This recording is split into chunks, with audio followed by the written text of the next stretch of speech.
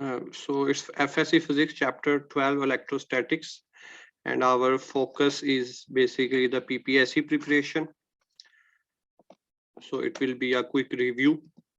So these are the basically total topics of this chapter, जिसमें से हम पहले introduction to electrostatics से start करते हैं. So this is one of the examples which teacher gave for this topic, and you know what it's going around. So charges के लिहाज से हम यहाँ से concept को recall करवाते हैं students को. तो जब आपके पास चार्ज है और वो रेस्ट पे है और उसे आप स्टडी कर रहे हैं, एक चार्ज है उसे हम कई तरह से स्टडी कर सकते हैं. रेस्ट पे under action of electric field, under the action of magnetic field, charge accelerating. लेकिन इजीएस्ट केस क्या होगा कि आप चार्ज को रेस्ट पे स्टडी करें. So the study of charge at rest is known as electrostatics. Statics is alternative word for the rest in physics. So अगर आपके पास चार्जेस हैं दो और वो क्या करेंगे, एक दूसरे पे अट्रैक्शन या रिपल्शन करेंगे, तो वो अट्रैक्शन या रिपल्शन बेसिकली एक फोर्स है, जिस फोर्स को हम न्यूटन सेकंड लॉ से डिस्क्राइब नहीं कर सकते, जिसको हम ड्रैग फोर्स के फॉर्मूला से नहीं कर सकते, but we need a different formula which was given by Coulomb, known as Coulomb's law. So Coulomb law यही है कि अगर आपके पास दो चार्जेस हैं Q1 और Q2, तो एक दूसरे पे फोर्स लगाएंगे equal in magnitude but opposite in direction, just like Newton third law. So F21 जो है वो फर्स्ट चार्ज पे सेकंड की वजह से फोर्स है, सेम इज फॉर द 2-1. इसमें कांस्टेंट्स की वैल्यू और यूनिट स्पेशली आपको पीपीएससी के लिहाज से याद होने चाहिए. इसमें जो इंपॉर्टेंट पॉइंट है वो है इफेक्ट ऑफ डाइलेक्ट्रिक मीडियम. अगर डाइलेक्ट्रिक मीडियम प्लेस कर दिया जाए तो क्या होगा. तो डाइलेक्ट्रिक मीडियम आप इसे इमेजिन भी कर सकते हैं मैग्नेटिक फील्ड के साथ. अगर दो मैग्नेट्स हैं और उनके दरमियान आप कोई कागज या कोई गत्ता रखते हैं, तो उससे क्या होगा, मैग्नेटिक फील्ड कम हो जाएगी. So same case is here. अगर इलेक्ट्रिक फील्ड दो चार्जेस के दरमियान आप कोई रखते हैं, तो उससे उसकी इलेक्ट्रिक फोर्स कम हो जाएगी, उसका जो इफेक्ट है वो कम हो जाएगा. So it will be in inverse relation as shown here, epsilon not are.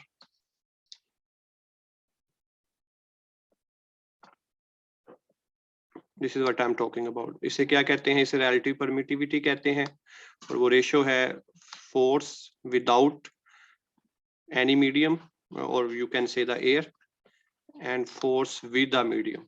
तो इसकी जो रेशो है वो आपका एप्सिलॉन आर के इक्वल होगी. तो इससे बहुत इंपॉर्टेंट एमसीक्यूज बन सकते हैं कि वो आपको दे के डाइलेक्ट्रिक मीडियम के बगैर जो है वो फोर्स इतनी है, डाइलेक्ट्रिक मीडियम के साथ फोर्स इतनी है, तो रिलेटिव परमिटिविटी बताएं.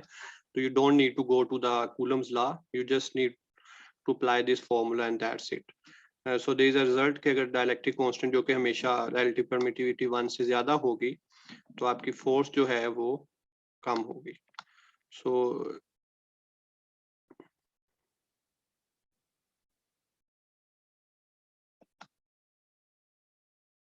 okay, so there is a square, r square ही होता है Coulomb's law में. Okay, we can discuss it. So there is a MCQs, as I said कि हम उसे थोड़ा सा फास्टली गो थ्रू कर रहे हैं, तो एमसीक्यूज को हम उस तरह माइक आपके ऑन नहीं हो सकते. So if magnitude of charge on each of the two objects is double and distance between them is also double the force between them. तो फोर्स का फॉर्मूला देखें, अगर चार्जेस मैग्नीट्यूड आप डबल कर देते हैं तो 2 2 4, और अगर डिस्टेंस भी आप डबल कर देते हैं तो 2 स्क्वायर 4, तो जैसे फोर्स पे कोई इफेक्ट नहीं होगा, it will remain same. So these type of question can be part of PPSC. Okay, so next topic is field of force. के ये एक चार्ज दूसरे चार्ज को, ठीक है, कूलम लॉ की वजह से अट्रैक्ट करता है, लेकिन क्यों करता है, why does it do so. So वो हम कॉन्सेप्ट लेते हैं कि देयर इज अ फील्ड, जैसे like gravitational field, magnetic field, there is an electric field as well. और वो क्या करती है, एक चार्ज को दूसरे चार्ज को अट्रैक्ट या रिपेल करने में हेल्प करती है. These are the imaginary lines, और इसको हम इसकी इंटेंसिटी को मालूम करने का तरीका फोर्स पर यूनिट चार्ज. और ये जब अगर आप कूलम लॉ में दर्ज करेंगे तो फॉर्मूला रीशेप होके आपके पास ये आ जाएगा, इसका unit and most important the dimension MLT -1 × A, क्योंकि आपके पास जो करंट है वो बेसिक डायमेंशनल क्वांटिटी है. तो Q इज इक्वल टू होता है IT, तो उससे आप ये डिराइव कर सकते हैं I/T। Okay, so quantity is a vector quantity और इसकी सेम डायरेक्शन वही होगी जो कि फोर्स की होती है। Okay, so there is a question, एक चार्ज रखा गया है एक डायरेक्शन में, तो बताएं उस पे फोर्स किस तरफ लगेगी। तो इलेक्ट्रिक फील्ड की डायरेक्शन क्या होती है, पॉजिटिव से नेगेटिव की तरफ। So there is a positive here and negative here, क्योंकि इलेक्ट्रिक फील्ड की डायरेक्शन वो इस तरफ बता रहा है। तो इलेक्ट्रॉन पे है नेगेटिव चार्ज, तो नेगेटिव नेगेटिव को क्या करेगा, रिपेल, और पॉजिटिव नेगेटिव को क्या करेगा, अट्रैक्ट। सो इस direction will be along opposite to the electric field. So opposite to the electric field से मुराद क्या है कि टू द लेफ्ट हो जाएगी under this scenario. Okay, then we have a question जिसमें आप simple is equal to F over Q formula लगा के इसे सॉल्व कर सकते हैं। So I am not going into that. Two charge in vacuum at a distance d apart experience of force F। अगर उनके दरमियान डाइलेक्ट्रिक कांस्टेंट 4 का एक मीडियम इंट्रोड्यूस करवा दीजिए तो फोर्स क्या होगी। तो हमने कहा कि फोर्स डाइलेक्ट्रिक मीडियम को इंट्रोड्यूस करवाने से कम होगी। सो इट विल बी F/4, ताकि उसको आप मल्टीप्लाई करें तो 4 आ जाए। Okay, so next topic is electric field lines. तो इलेक्ट्रिक फील्ड लाइंस क्या है, बेसिकली वो पाथ है जिसमें इलेक्ट्रिक फील्ड मूव करेगी। पॉजिटिव के लिए वो आउटवर्ड है, नेगेटिव के लिए वो इनवर्ड है। इसमें प्रॉपर्टीज क्या है, पॉजिटिव से ओरिजिनेट होगी, नेगेटिव पे एंड होगी, इंटरेक्ट नहीं करती, टेंजेंट इसकी डायरेक्शन को शो करते हैं, and this could be a different thing from the book। Electric field lines conductor में नहीं पाई जाती क्योंकि कंडक्टर जारी बात है फ्लो ऑफ चार्जेस पे बेस करता है, और strong where electric field lines are closer, but जो है कॉमन सेंस बेस बातें। Okay, next is application of electrostatics, जिनमें से आपको क्वेश्चन आ सकता है specially from xerography which is a photocopier machine. तो इसकी जो प्रिंसिपल है वो इलेक्ट्रोस्टैटिक इंटरेक्शन है, इसी वजह से हम इसे यहाँ पे पढ़ रहे हैं।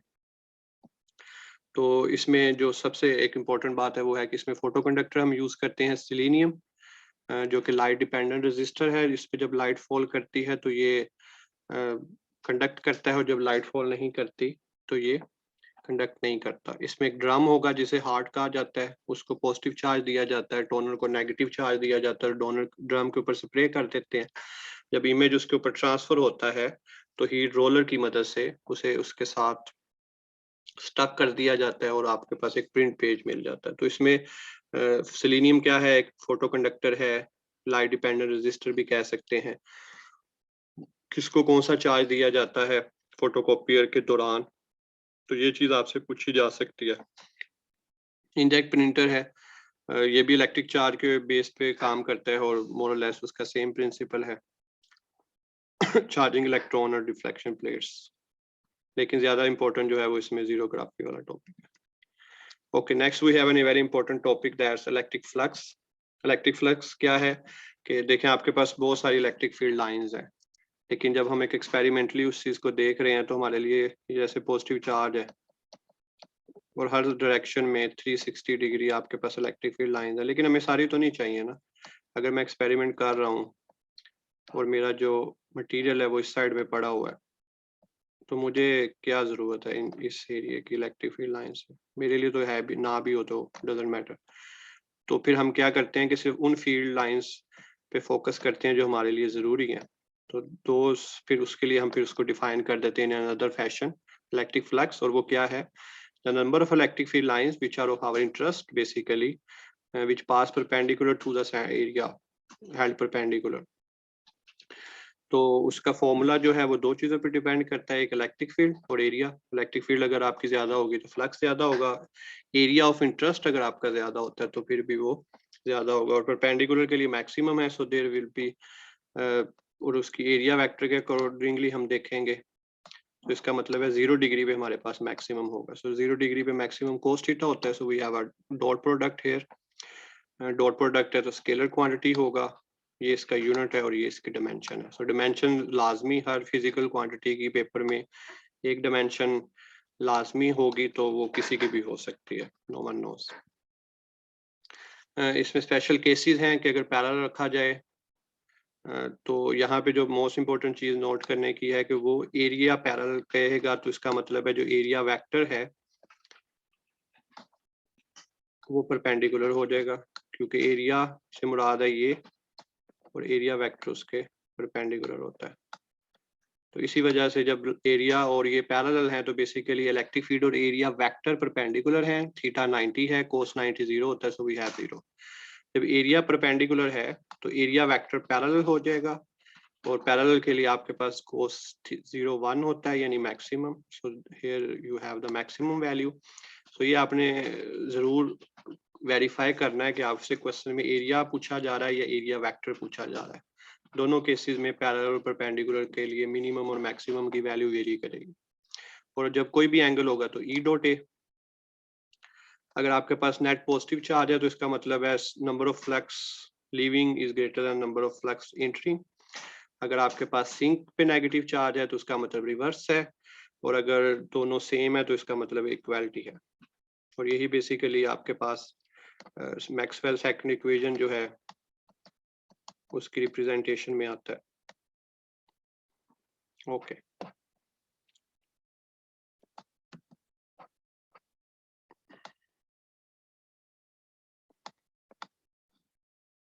let's move to the next. So electric flux through any closed surface depends upon, so it depends upon the area, direction, electric intensity. So the answer is all of these. Electric flux का unit क्या है वो आप वहां से निकाल सकते हैं, E over E into A. So next we have electric flux through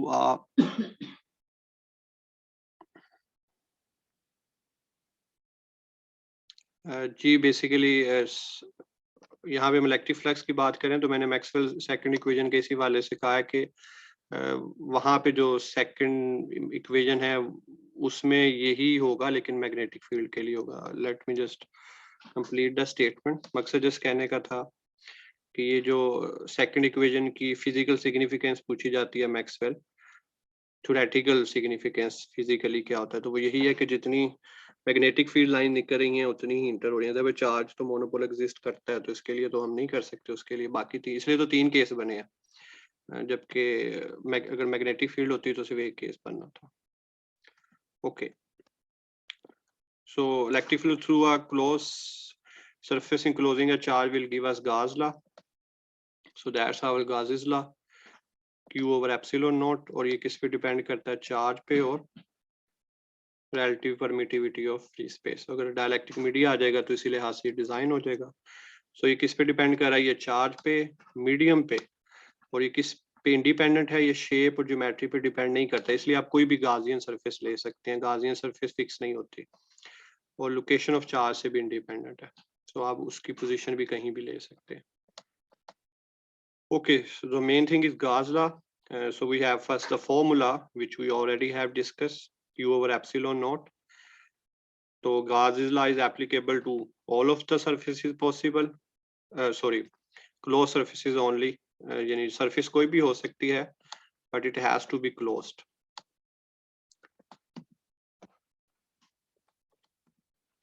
और application of Gauss's law. So application of Gauss's law में हम आपकी बुक में 3 केसेस को डिस्कस करते हैं। पहला है inside a hollow charge sphere.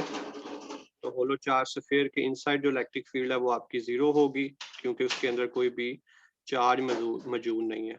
सो ये एक बेसिकली शील्डिंग के लिए यूज कर सकते हैं आप, यानी अगर आपने कोई एक्सपेरिमेंट करना है और आप चाह रहे हैं कि किसी भी तरह का चार्ज इफेक्ट वहां पे ना आए, तो क्या करेंगे कि आप एक होलो स्फीयर बना सकते हैं और उस होलो स्फीयर को एक्सटर्नल चार्ज दे दें, उसके इनसाइड वो एक्सपेरिमेंट परफॉर्म करें, तो उसके इनसाइड किसी भी तरह का एक्सटर्नल इलेक्ट्रिक फील्ड इफेक्ट जो कि इन्वायरमेंट में मौजूद होता है वो उससे सेफ रहेगा। सेकंड है due to infinite sheet of charge, तो उसकी एक प्रोसेस आपका इज इक्वल टू आ जाएगा sigma over 2 epsilon not R. Someone ask के इसमें पोटेंशियल क्या होगा, तो अगर आप electric field as potential gradient formula लगा रहे हैं तो इट इज कांस्टेंट। ये एमसीक्यू मौजूद भी है, ये जब स्लाइड शेयर होंगे इसमें आप प्रैक्टिस भी कर सकते हैं। और जब ऑपोजिटली चार्ज पैरेलल प्लेट के लिए कहा जाएगा तो इसमें इससे वो डबल होगा, यानी यहाँ पे अगर 2 आता है तो यहाँ पे 2 नहीं है। मकसद ये इस के मुकाबले में इससे डबल है, और होने भी डबल चाहिए क्योंकि यहाँ पे आप दो पॉजिटिव और नेगेटिव दोनों चार्जेस को कंसीडर कर रहे हैं बिटवीन पैरेलल प्लेट कैपेसिटर, और उसकी डायरेक्शन हमेशा पॉजिटिव से नेगेटिव प्लेट की तरफ होगी। Okay, shape of a Gaussian surface, any arbitrary closed surface will work, D option. is inside a hollow charge sphere, तो आप उसकी इलेक्ट्रिक फील्ड जो है वो जीरो होगी, पोटेंशियल जो है कांस्टेंट होगा। सो इसी तरह के एमसीक्यूज काफी हैं, आप इनकी प्रैक्टिस यहाँ पे कर सकते हैं। ओके, इलेक्ट्रिक पोटेंशियल है। पोटेंशियल क्या है? पोटेंशियल जैसे कि हम ग्रेविटेशन पोटेंशियल की बात करते हैं, तो जब भी हमने किसी से यूजफुल वर्क लेना है तो we always need to work against a potential. जैसे आप ग्रेविटी के अगेंस्ट काम करते हैं तो उसमें पोटेंशियल एनर्जी स्टोर होती है। इसी तरह जो इलेक्ट्रिक पोटेंशियल के अगेंस्ट काम करेंगे तो उसमें इलेक्ट्रिक पोटेंशियल एनर्जी स्टोर होगी। So it's basically work done per unit positive charge in moving it against the electric field. Again against काम करेंगे तो वो जो आपकी वर्क है वो एनर्जी की शक्ल में सेव हो जाएगा, जिसको हम बाद में किसी यूजफुल वर्क के लिए यूज कर सकते हैं। इसका formula delta V is equal to W over Q not या चेंज इन पोटेंशियल एनर्जी। तो यहाँ से आपका इसका यूनिट आ जाएगा, डायमेंशन आ जाएगी, and it's a scalar quantity. और ये एक बहुत इंपॉर्टेंट फॉर्मूला है न्यूमेरिकल्स के लिए, electric field as potential gradient वाला। इसमें से आपको वो पोटेंशियल दे के इलेक्ट्रिक फील्ड का पूछ सकता है, इलेक्ट्रिक इंटेंसिटी का दे के पोटेंशियल का पूछ सकता है, and so on. Okay, then we have an electric field. इसमें यूनिट भी एक पूछता होता है कि इसके दो यूनिट कौन कौन से बराबर हैं। So we have newton per coulomb is equal to joule per, यानी एक तो हमारे पास आ गया is equal to F over Q, और दूसरा फॉर्मूला भी हमने पढ़ा del V over del R, तो it will be volt per metre, इसको फिर आप जॉउल में भी अगर कन्वर्ट करना चाहें तो कर सकते हैं डब्ल्यू के लिहाज से। V is equal to W बटा क्यू के लिहाज से भी इसको यानी यूनिट्स के साथ वो आपसे खिलवा सकता है। ओके, सो अगर आपका जो एक सिंपल हम फॉर्मूला की प्रैक्टिस कर रहे थे coulomb law, Q over R square, Q1 Q2 over R square, फिर जब इलेक्ट्रिक इंटेंसिटी को पढ़ते हैं इन कूलम लॉ तो that's Q over R square. अगर अब हम पोटेंशियल को पढ़ें in terms of coulomb law so it's Q over R, potential 1 over R के यहाँ पे प्रोपोर्शनल है for a single charge. Okay, then we have equipotential surface. तो इक्विपोटेंशियल सरफेस ऐसी सरफेसेस होती हैं जिनमें तमाम जगह पे इलेक्ट्रिक पोटेंशियल सेम हो, मतलब del V is equal to constant हो। जैसे कि अभी हमने पढ़ा कि inside a charge hollow sphere, तो उसमें आपका पोटेंशियल जो सेम होगा, इलेक्ट्रिक फील्ड जीरो होगी। इक्विपोटेंशियल सरफेस की प्रॉपर्टीज क्या है, क्यों हम ऐसा करते हैं? तो उसमें कोई इंटरेक्शन नहीं होती, किसी भी दो पॉइंट्स के दरमियान अगर आप पोटेंशियल डिफरेंस लेंगे वो जीरो होगा, क्योंकि पोटेंशियल डिफरेंस ही नहीं है तो आप किसके अगेंस्ट काम करेंगे, तो लिहाजा कोई वर्क डन नहीं होगा। तो that's it. Okay, next is the definition of electron volt which is a very important unit.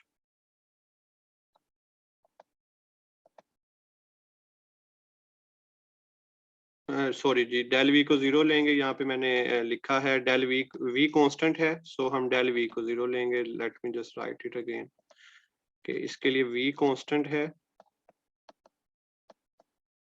और डेल वी जीरो है। Thanks for correction. ओके,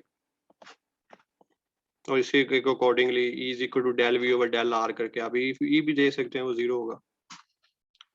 तो कोशिश करें आप जिसके लिए भी वी देख रहे हो इलेक्ट्रिक फील्ड की जरूर बात करें, जिसके लिए ई देख रहे हैं उसके लिए वी की जरूर बात करें, क्योंकि पीपीएससी में उनमें से कोई भी एक चीज पूछी जा सकती है। और फिजिकली हम पोटेंशियल पे ही फिजिकली हम निकाल सकते हैं। जैसे अगर आप कोई एक एक्सपेरिमेंट कर रहे हैं तो आपके पास बैटरी का पोटेंशियल है, बस इलेक्ट्रिक फील्ड उससे निकाल सकते हैं। फिजिकली इलेक्ट्रिक फील्ड आप उसमें मैयर नहीं कर सकते, फिजिकली आप वोल्ट मीटर से पोटेंशियल मालूम कर सकते हैं। तो potential is basically a physically measurable parameter.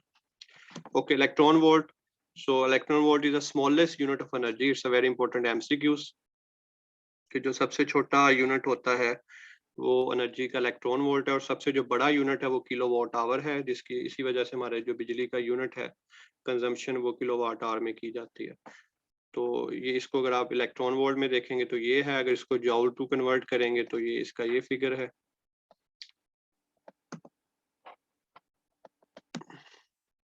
Okay, so there is a comparison of electric field and gravitational force. So ये हम बुक में पढ़ते हैं कि दोनों के फॉर्मूलाज हैं, कांस्टेंट जो यूनिट्स हैं उसके हम देखते हैं कि कौन सा स्मॉल है और कौन सा लार्ज है, नेचर किस तरह है। इलेक्ट्रिक फील्ड हमेशा अट्रैक्टिव होगी, जबकि जो दूसरा है वो अट्रैक्टिव और रिपल्सिव दोनों हो सकती है। डिपेंडेंस मीडिया डिपेंडेंट है इलेक्ट्रिक फील्ड के लिए, लेकिन ग्रेविटेशनल फोर्स को आप शील्ड नहीं कर सकते, it's medium independent and so on. Okay, so next we have an experiment charge on electron by Millikan method, जिसके जो कि एक्सपेरिमेंट यूज किया गया था इलेक्ट्रॉन पे चार्ज मालूम करने के लिए, जिससे जो वैल्यू निकली थी वो 1.6 थी, इधर 1.9 है, so there is a correction, so it's 1.6। और उसकी डेरिवेशन के लिए हमने एक बेसिकली दो प्लेट्स ली इलेक्ट्रिक, जिसको हमने पोटेंशियल दिया और एटॉमाइजर के जरिए ड्रॉपलेट्स फॉल करवाए और उसको सस्पेंड करवाने की कोशिश की, सस्पेंड इन अ वे के इलेक्ट्रिक फोर्स और ग्रेविटेशनल फोर्स बराबर आ जाए। तो यहाँ से क्यू का फॉर्मूला आ जाता है, जिसमें क्योंकि हम मैथ तो नहीं मालूम कर सकते डायरेक्टली एक लिक्विड ड्रॉप का, तो हम उसको डेंसिटी की टर्म में ले जाएंगे, उन पैरामीटर्स में ले जाएंगे जो कि हमें फिजिकली पता है। तो यहाँ से आप R मालूम करेंगे, उस R से M मालूम करेंगे और M से Q मालूम करेंगे। तो जो भी Q की वैल्यू आएगी वो 1.6 नहीं लाजमी आए, वो 3.2 भी आ सकती है। वो यानी ये क्वेश्चन बन सकता है कि मिलिकन और ड्रॉप एक्सपेरिमेंट से क्या आपको हर दफा 1.6 ही मिलेगा, तो नहीं, आपको 3.2 मिल सकता है, पर जो भी वैल्यू मिलेगी that will be a multiple of integral quantity which is E 1.6 into 10 to the power of minus 19. Okay, then we have topic of capacitor. So capacitor is a device to store charge. Capacitance ज्यादा होने से मुराद है कि उसकी ability ज्यादा है। इसकी dimension जो है वो आपसे पूछी जा सकती है और ये डिपेंड करता है एरिया पे, सेपरेशन पे, मीडियम पे और ज्योमेट्री पे। कैपेसिटर डिफरेंट तरह के हो सकते हैं, फिक्स होते हैं, वेरिएबल होते हैं। वेरिएबल हम यूज करते हैं रेडियो ट्यूनिंग वगैरह के लिए, और फिक्स जो है वो इलेक्ट्रिकल सर्किट्स में यूज होते हैं, जो कि यूजुअली आपने एमएससी में लैब्स में यूज किए हैं। इसमें जो है पैरेलल कॉम्बिनेशन हो सकता है, सीरीज कॉम्बिनेशन हो सकता है। उस पैरेलल में पोटेंशियल सेम रहेगा, सीरीज में करंट सेम रहेगा, मतलब नंबर ऑफ चार्जेस सेम रहेंगे। पैरेलल के लिए इक्विवेलेंट का वही फॉर्मूला है जो कि चलें उसको रिएक्टेंस की रेजिस्टेंस से हम रिवर्स ले लेते हैं। रेजिस्टेंस का जो सीरीज का फॉर्मूला है वो कैपेसिटर का पैरेलल के लिए है, और जो रेजिस्टेंस का पैरेलल के लिए वो कैपेसिटर का सीरीज के लिए। सो ये रिवर्स काम करता है। और ये जो बात हम रेजिस्टेंस में भी पढ़ते हैं कि जब पैरेलल में होगा तो ये इक्विवेलेंट सबसे ज्यादा होगी, लेकिन जब सीरीज में होगा तो ये इसमें कम होगी, जब आप फॉर्मूला लगा के वैल्यू निकालेंगे तो वो उससे कम होगी। मिसाल के तौर पे मैंने 10 फैराड का कैपेसिटर बनाना है और मेरे पास डिफरेंट वैल्यूज के कैपेसिटर मौजूद हैं, तो मैं उसको इस तरह लगाऊंगा कि एक कैपेसिटर 10 से कोई छोटा नहीं होना चाहिए। अगर 10 से कोई छोटा मैं यूज कर रहा हूँ तो वो वैल्यू 10 नहीं देगा, वो उस लेस मैं 6 का यूज करता हूँ, 6 फैराड का, तो वो 6 से छोटा दे सकता है सीरीज कॉम्बिनेशन में। सो रेजिस्टेंस के लिए जो हम ट्रिक यूज करते हैं वो यहाँ पे अप्लाई हो जाएगी। Okay, there is a difference between cylindrical and spherical capacitor. अब इसमें जो पेपर में चीज आ सकती है, एक तो यही कि सिमेट्री कौन सी फॉलो होती है। जब स्फेरिकल और सिलेंड्रिकल है, उसमें सिलेंडर को हम लेके चलेंगे, उसमें स्फेरिकल कंपोनेंट्स लेके चलेंगे। इलेक्ट्रिक फील्ड के फॉर्मूलाज हैं यहाँ पे आपके पास सिंपल, अभी हमने सिग्मा और एप्सिलॉन नॉट की बात की पैरेलल के लिए। यहाँ पे आप चार्ज डेंसिटी के हिसाब से लेंगे और यहाँ पे आपके पास Q ओवर R स्क्वायर आ जाएगा। यहाँ से आप इलेक्ट्रिक पोटेंशियल का, यही इलेक्ट्रिक फील्ड है, पोटेंशियल ग्रेडियंट का फॉर्मूला यहाँ पे नेचुरल लॉ की शक्ल में होगा और ये बगैर नेचुरल लॉ के होगा। तो इस फॉर्मूला से वो आपसे इंफॉर्मेशन ले सकता है। कैपेसिटेंस का formula A epsilon not over D है, मे बी कुछ छोटे से पैरामीटर दे के इजीएस्ट जो कि बगैर कैलकुलेटर के हो सकते हो, वो आपसे कोई न्यूमेरिकल भी सॉल्व करवा सकता है. So this is possible question from this topic. Okay, so time is almost going to end, so kindly join on the same